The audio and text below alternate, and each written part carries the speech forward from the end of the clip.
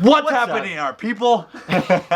What's really happening is Bellator MMA sucks. 6 feet under. It is dead. It's so dead. It was a cool idea when it first started. The whole idea of Bellator, and this is gonna sound really, really ironic What's and to be a out of subpar UFC. Well, get this. Like, this is gonna sound out of left field. You're gonna think I'm talking complete bullshit if you're a new fan of Bellator. The whole reason Bellator started, and the reason they started getting a fan base, was because they had a tournament model. The whole idea was they're like, oh no, we're gonna take MMA and we're gonna turn it into a real sport where we have brackets. And it's truly like the best fight the best. We don't do freak show fights. It's not about who's the most popular fighter. And now it's all about the most popular fighters that are freak shows. And now it's about, like, Bellator is essentially, I don't know, what's that class in Dungeons and Dragons or other places where they like raise things from the dead? Necromancers. Bellator is the fucking necromancers of the MMA world. They like take people who for all intents and purposes should be retired and raise them back to life.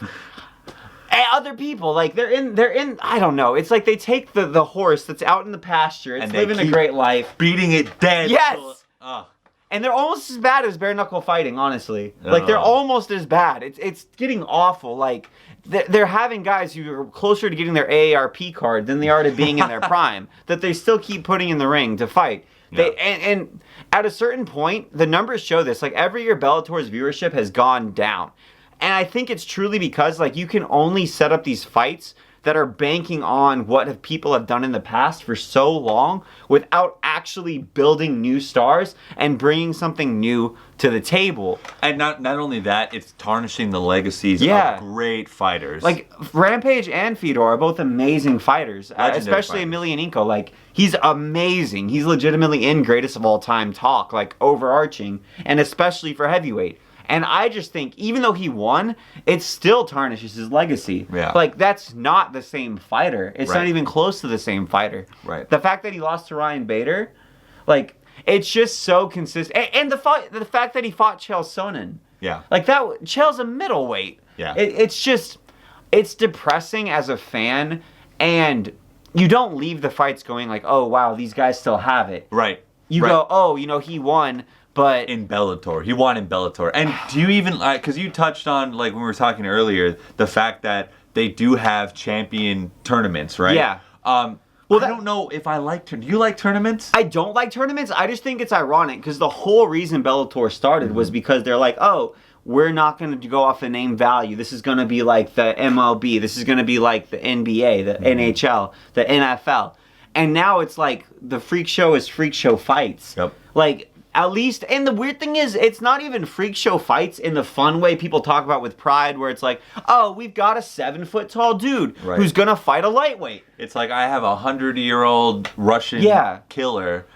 It's like Kimbo Slice versus Dada 3000. But I mean, like, you think that that's a joke. Right. Like, you would think that's a joke, but no, that's a fight that Bellator legitimately put on and promoted as a damn main event. And to be fair, they're like not even number 2 in in like MMA I don't even think they're number 2 anymore. That's the thing. Like, Bellator is completely dead. Yeah. But they've done such a terrible job promoting everything. Like, I think they might be number 6 at this point. Like, let's go through. Number 1, UFC, obviously, right? I could see Rizin or 1. I could see 1 both actually of them being higher than Rizin, just by a little bit. I think 1 and Rizin are higher than Bellator. Let's not even power rank them. Let's just say what we think is higher than Bellator. Rizin 1. I think what's that Polish promotion?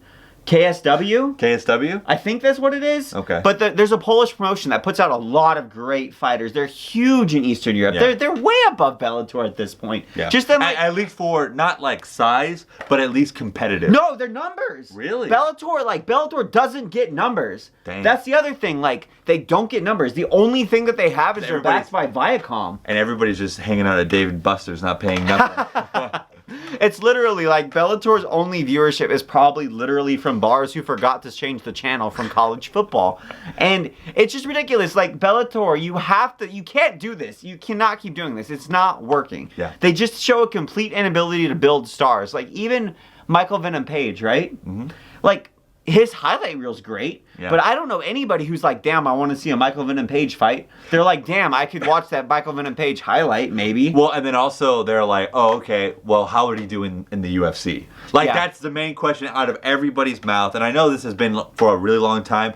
Everybody has always known that Bellator is not as good as the UFC, and I feel like as people that are fans, people that want to see the best fight the best, they're just gonna go to the UFC. Yeah, and especially because like I think One and rizin, they have a sort of like a geographical or a regional thing where it's like, oh yeah, you know, a lot of Southeast Asian fighters don't want to come fight for the UFC because most of the UFC's events are in the US. Right. And that's a completely reasonable position. If I was a professional fighter, I might not want to fight for One or rizin because I'd have to fly out. Like, the Eastern European promotions, the Southeast Asian promotions, they have the fact that they can take the regional talent and like build up there. Bellator is competing for the US market with the UFC and with US fighters with the UFC, so it really makes zero sense. Yeah. Like, they've got, like, what competitive advantage does Bellator have? Just about nothing.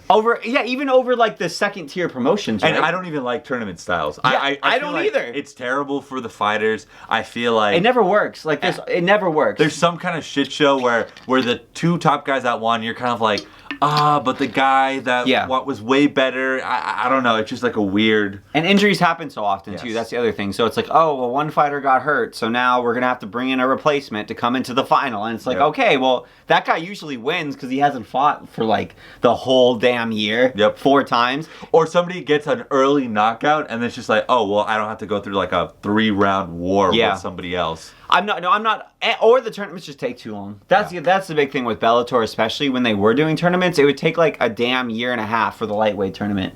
To be fair though, the Polish promotion, KSW, damn, you guys are gonna light me up. I know it, because I know those aren't the right acronyms.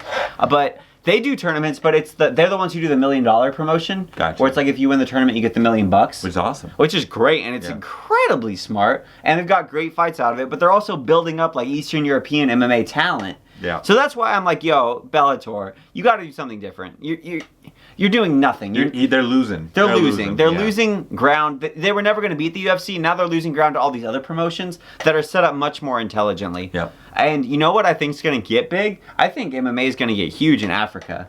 Really? I really think it's going to start getting big because they're like, especially in Senegal, there's already the Senegalese wrestling. Like, Nigeria has 2 UFC champions, and I'm curious how much Nigeria claims the fighters, because I know the fighters claim Nigeria, you know what I mean? But that doesn't always go both ways. So I've never seen them go to Nigeria, like on their like embedded or like anything like that. Yeah. So I'm curious how people in Nigeria view that, because if they do like identify with Izzy and they do identify with Usman, that's gonna be huge. That's gonna build a huge talent pool there. Cameroon with Ngannou, I only mentioned that because I know he's investing back into the sport already. So Cameroon definitely loves Ngannou. There's no way. Yeah. And Rosenstreich now, like, he got a huge reception at the airport. Yeah. And so I think that if I'm Bellator, I'm like, yo, go. Like, Africa's one of the biggest emerging markets economically in the world. I think it's one of the biggest emerging markets for MMA in the world.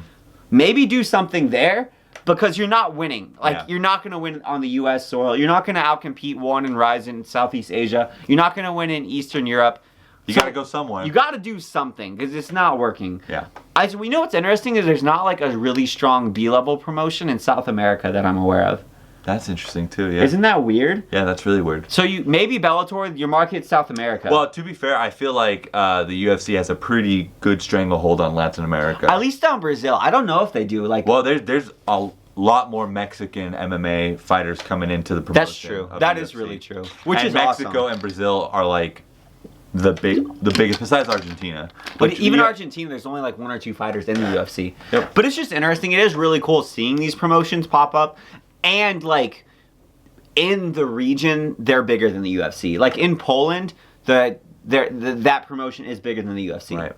Numbers wise, everything wise, just like if you talk to people on the street, I think that's really cool personally, and it will set up some really interesting stuff once I think in like 5 years, their top guys, it's going to be sort of like Pride, Strikeforce, UFC, where there is some talk like, oh, who would win, right? And I think that's really cool. I think it's good for the sport overall. I don't know if it's good for fans necessarily, because that's what sucks when you have... It's never good for fans. It's always good when one big mega company has all the fighters. And all the power. So that's where it does kind of suck, where it's like, hey, do you want to... Like, as a fan, obviously, I want what's best for the fighters, as a fan of those fighters. But as a fan, and like the selfish part of being a fan is like, oh, I want to see the best fight the best. Right. And that's less likely to happen when people can make great money in multiple organizations, promotions. yeah. It starts being a boxing thing with like, oh, well, I'm the WBO champ. Oh, well, I'm the WBA champ. Oh, well, we should fight. Nah, probably not. Or we could keep crushing cans and make millions and then maybe set up a rematch when we're 50. Absolutely. We can fight in Bellator in 2070. But let us know if we're wrong, guys. Like, light me up. I deserve it. Light me up for blinking on the Polish promotion. I just, like, do it. I deserve it. Take that bullet. Pop, pop. And if you guys are Bellator fans, let us know. Tell You us better how not we're be. So, If you're, get out wrong. of here. Just don't just leave. Just go We don't respect your opinion if you're a Bellator fan. Let's just be honest. Scott Coker himself could come down into our comment section. And I'd be like, okay, buddy, like you're doing a terrible job with Bellator. I don't know if it's you, Scott. You did a great job with Strikeforce. John McCarthy, he's crying. Oh, your comment. Don't even get me. We're not even talking about the actual show. Like, oh, bro, your commentators are atrocious. Your show pacing is ludicrous. You play the national anthems and they go on for so damn long. So long. And you had like guys in a fucking mask. Rip off the mask. What is this? I can't even. Bellator. You're garbage. You're terrible. And that being said, I'm getting angry. You guys take care. I'm getting pissed. Bellator is so bad, bro. Like, they're just so bad. It's awful. Like, we didn't even really get into it. Like, they're bad. Comment your worst things Bellator has done. Like, they're bad.